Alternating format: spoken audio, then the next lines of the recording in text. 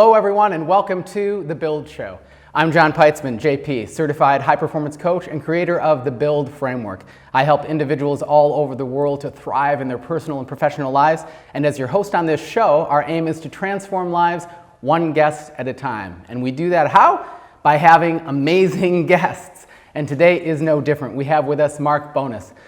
At the age of 26, Mark's life hit rock bottom. 3 months later, he had leased a 200-acre island in Fiji, which turned into Tribewanted, a multi-million-dollar enterprise that was subsequently featured in over 200 media outlets all over the world. Mark now helps coaches, consultants, and experts build tribes that enable them to increase their income and their impact, and he shares his insight and his knowledge in his We Build Tribes Facebook group of over 33,000 members. He has recently appeared on a virtual stage with Tony Robbins and has just launched the Succeed movement with Success Resources International. It's a privilege to have him with us here today. Mark, welcome to The Build Show. Thank you so much for having me. It's a pleasure to be here. Yeah, it's so exciting to talk to you today. And I guess, as we get started here, an amazing introduction, all the stuff you got going on, but what more about your story do you want to share right now before we dive into it? And what are you excited about right now in your life? Yeah, I think really just this idea of when my life did hit rock bottom. I was at this place where my marriage had ended and I was homeless, I had no money, I had nothing. 3 months later, I built a business that was featured, as you said, in 200 media outlets. It became a TV show. So the big kind of passion that I have is that no matter where we're at in life, we can rebuild, restart, and build something incredible that changes our lives and other people's lives too. Right. And you're continuing that momentum, sounds like, right? With everything that you're doing today. Absolutely. So the privilege of working with we now hit 34,000 people this week, right, helping them to make a bigger impact in people's lives. It's amazing. Right. Awesome. Well, as you know, on this show, we walk through the Build Framework. For those of you who don't know what that is yet, it's an acronym, of course. It stands for Build Relationships, Understand the Business, Implement Strategies, Lead and Inspire, and Deliver Excellence.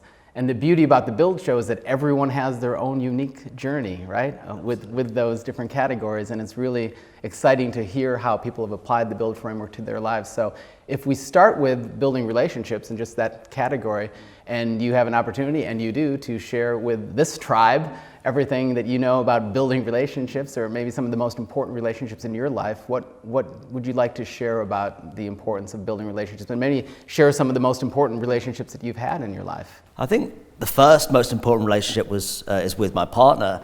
When I first started in business, I have big ideas and dream big, and we have the kind of passion to really kind of get creative and make something happen, but I never got those ideas off the ground because I had my head in the clouds but no feet on the ground, right?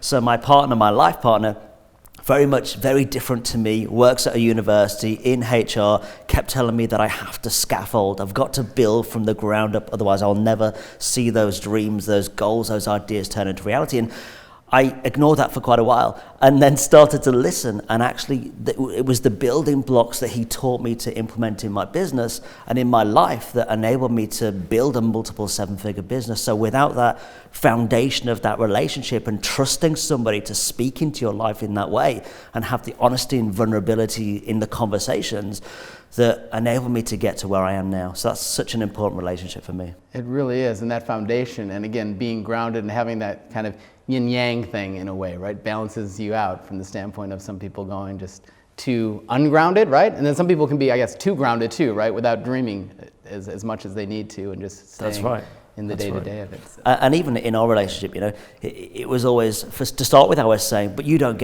know, you're not an entrepreneur.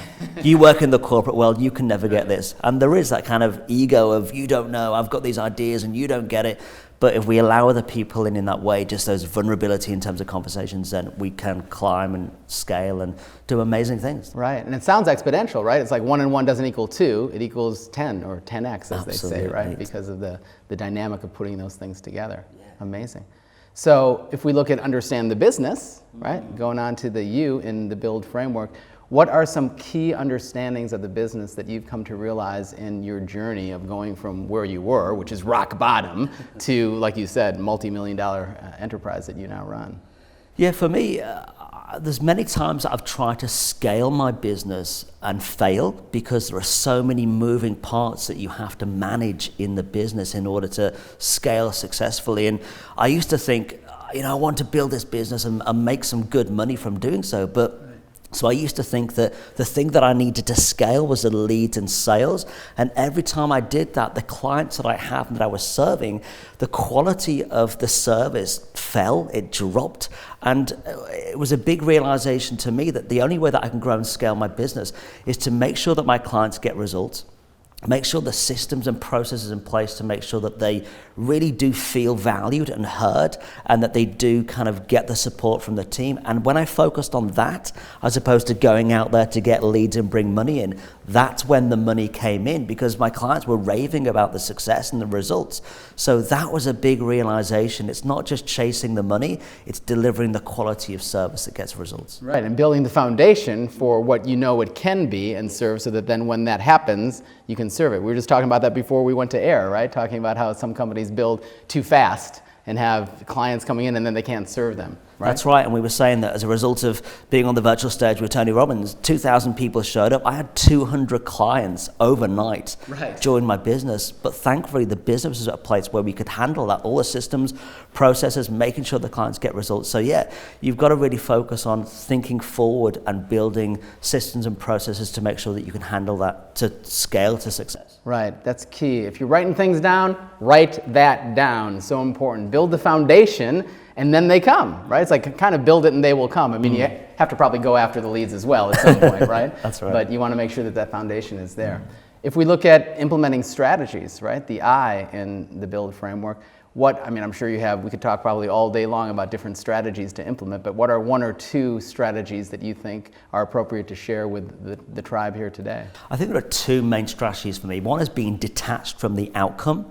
I was so focused in any area of my business on this lead generation had to work, whether it was a specific Facebook ad, or I was so focused even in sales calls that if I didn't get this sale, then, I have to close it. It's my 10th one. And of course, that energy comes across. Yes. And so I've learned to be detached from any outcome of anything that I do in my business so that I can accelerate my results. So whether that Facebook ad works, whether that sales calls work or doesn't work, I learn out of everything no matter what the outcome is.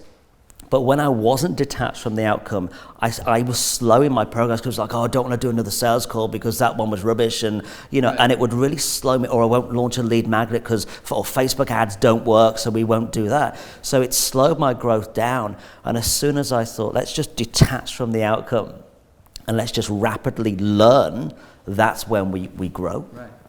And probably ironically or not, when you're more relaxed and detached, it's much more likely that those sales close, right? Did you find that to be true as well?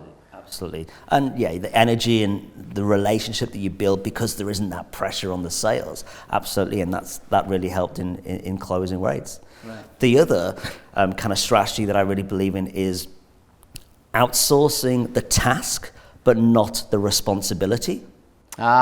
I like that. Yeah, so I quickly learned that. So when, for example, we had a Facebook ad team and they just weren't getting the results that I wanted, and I was kind of blaming them. It was like, it's your fault, I'm paying you for this. But if I'd have done my research, I would have quickly realized that, well, actually, they didn't consistently get results for people. And that's one example. If I have a sales team that aren't getting the results and I was blaming them, my business, it all comes down to me. And so I realized that I had a sales team and, it was your job to get the sales. And if you didn't get it, then, there's an issue and I'm going to fire you and hire somebody else. But I delegated the responsibility and it's my business. So I'm the one that is accountable for everything in my business. That's amazing. We talked about Build Framework being a personal and professional system for growth from the heart. If you look at your strategies that you have in your personal life, what are some you can share there? Because it's not just about the business, it's about the home life, as you said, with your partner grounding you and the rest of it. Are there any strategies you can share that can help people maybe have that balance or that integration of their personal life as well as their business pursuits? Again, it's accepting responsibility for everything that happens in my personal relationship. I used to get frustrated that my partner would go mad hearing me say this, but for example, leaving stuff on the floor, and I would get frustrated and walking around the house, and I knew exactly where my partner had been because there was just stuff on the floor, and it would frustrate me, and we would have big arguments about it. And I learned I realized that the way that I was communicating what I was unhappy with wasn't communicated in a way that got the result that I wanted. It was angry, it was why, it was blame, it wasn't understanding, well, why are you doing this? Because you're busy in your job too, and you operate in a very different way. So how can we manage this process together so that we're both happy? So it's taking responsibility for how I communicate with my partner in order to get the result that works for both of us, not always thinking, I'm annoyed at this and why is my partner doing this? It's understanding together the goals that we have and the way that we operate together, especially, during COVID that we've been through and both working from home. It's been crazy situation for us to both navigate and work through. I'm online and going live to my audience, and when we first started, my partner works in HR and was on a conference call with ministers and government, and there I am in the background going hi to 33,000 people, and we really had to navigate that conversation. So understanding where each other's coming from rather than just kind of why isn't this happening because I need this to happen. Right. And I love that, taking responsibility for not just how you communicate or what you communicate, but the how you communicate, right? And making sure that you're doing that from a place of authenticity and understanding their viewpoint. And it goes back to everything you're saying with kind of not being attached to that outcome, right? Just kind of putting it out there and being open and able to be more connected. It's been a journey. Yes, it is. And it continues to be a journey, Absolutely. Right? And in that journey, we journey onto L, which is lead and inspire, right? So how do you lead and inspire in your life, both, I guess, personally as well as professionally? Again, it's about authenticity. I'm so passionate about being authentic and genuine and vulnerable. I share often in my business life about that rock bottom moment, and it was a really tough moment in my life. I got divorced. I actually attempted to take my own life. And when I share those stories, it creates a space of vulnerability and a space where people open up with me and share their situations and experiences. So it takes it from a business perspective away from a corporate relationship to, as you have in your framework, it's that heartfelt, heart-based approach of how we connect with people. And again, the same in my relationship.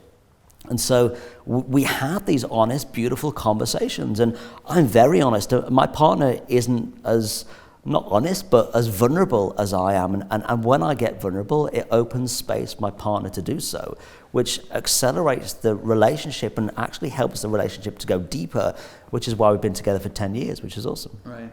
And speaking of leading and inspiring, I think we can do some of that right here if you're vulnerable and open to do it, which is to just maybe dive a little bit deeper into that rock bottom moment. And I only say that because with my clients around the world and just the environment that we're in right now, I sense that a lot of people out there might be struggling with maybe depression or just feeling like things are falling apart or just not being able to step into becoming their best selves.